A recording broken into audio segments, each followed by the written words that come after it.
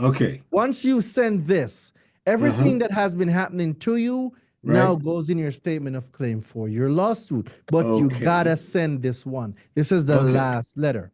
So in the university, it is called description of the procedure. Type in description of the procedure. That is your Okay. last letter that you're sending. Okay. And this letter is being sent to the consumer reporting agencies. That's the last one. All right, that's the last letter you're going to All send. right, man. They have 15 So days the to thing is, respond. so my concern is the amount of time that it's going to take for the lawsuit to go through and then get it paid off. And for me, it's like, it's causing me a lot of angst, man. And so, And this is why you can recover a lot because of the damages and the yeah, toll that it's had on your life. It's the okay, whole purpose behind the whole lawsuit. But okay. you got to stick with the steps for it Got to to go work. through it. All right, all Yeah, right. Okay, I understand. you I got to will go go through it. through it. Just stick with the process. It's just at this point it's like it's not worth the. I feel like it's not worth the anxiety that I'm going through. And this is what you're going to put in for your damages. Okay, okay. This is the part that it gets you paid. Yeah, because I got denied by Navy Federal today. And make sure you have those denial letters. This part Yeah. is very, very crucial to you Okay. winning. All right. You got to Okay. just stick All out this right. process. All right. So how long does it take for them to validation of No, you're sending the description of the the procedure. description of Once they receive it, they have 15 days to respond. 15 days? If they Okay. don't respond in 15 days, on day 16 or 17, you go file your lawsuit. That is Got it. you. Okay. All right. All right. Oh, so who am I filing the lawsuit with? Like that procedure. I'll give you that when you go there. Let me get these questions out. Just Okay. remember, ask me this on the university. I Okay. All got you. right. All right. All right. Okay. No problem. Thank you. Mm-hmm. Yeah, no problem. All right, Diamond. Yeah, because we're cutting into extra time. Go ahead. Okay, hey. Okay, so start off with the good. Let's start off with the good. I got another collection. No, that was a charge off. No, that was a collection. Oh, forgot the question. I got a collection of another one. Let's go. Okay, now let me take the glasses off because these people give me a hard time. All right, so Equifax and TransUnion, they try me. Okay, listen. I'm gonna tell you what I sent in first. I sent in the dispute letter. I sent in a copy of my ID. The ID that I have has my address that's on my credit profile. I also sent in a light bill, which has my current address on there. And I sent in my social security card, but they only have the last 4 of the numbers, not the full social. They sent me back, Equifax and TransUnion sent me back letters saying that they basically cannot verify who I am, which I find is a stall tactic because it is online. It says that my accounts are investigation. So if you're investigating, how can you not verify me if it's already investigating? It's a stall tactics. I even call Equifax on the phone and I have it recorded because I'm gonna get them. I recorded that phone call. There's a stall letter. Huh? There's a stall letter. Type in stall in the university. Stall. Top right-hand corner. Just type in the word stall. You'll see a stall letter. Okay. And do I just do that for both of them on round 2? Yep, both of them. Stall letter. Send in the stall letter. That I need. Hey. They're telling me that I need to prove. No, send in the stall letter. It's already made for you. Perfect. You need to send a stall letter, all right? Okay, that's all I needed. Other than that. All right, congratulations on your win. Let's go. Thank you. All right. Who was last? Daryl or Donovan? But Daryl, you're up.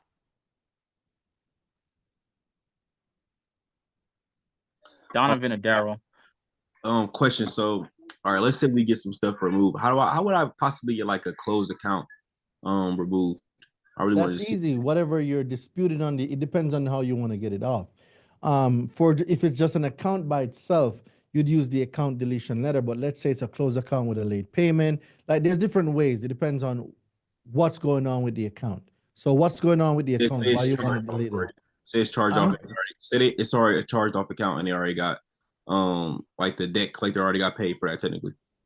Okay, so in this is it still being reported by the debt collector? No. Okay, so in that case, what I would do is I would dispute the late payments on the account. Mhm. Because if you dispute the late payment, the charge off has to come off and they have to prove that the late payment existed. So I would go to forbidden credit, go to the late payment S27. Well, in your case, it's a charge off. So you would find the late payment charge off letter. There's a letter that says late payment charge off. You want to find that one? That's the one that you want to send.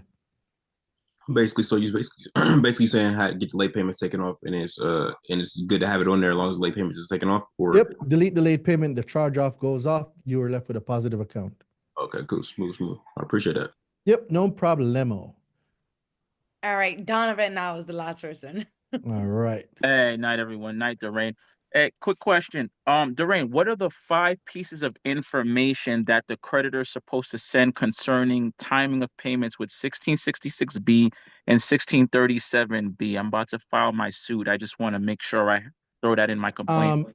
They're on the late payment letter. So go, I don't want to miss a step. So go to the late payment letter and you're going to see one that says late payment S27 letter. All Find right. that letter and all of it, they're listed in there for you. Just, it's right there. They're in that's the letter that they're in. Okay, and I can obviously pull this up with the statute and go through it as well, correct? Yes. And you can go through it. Yep. All right, appreciate it. Thanks. No problemo. All right, ladies and gentlemen, we are going to go into tonight's lesson plan. All right, now remember, guys, please keep your mics muted to get away from any type of background noise. And we are going to go. All right, 1 second while I fix something real quick. Camera 1, it should be camera 3. Okay, there we go. All right.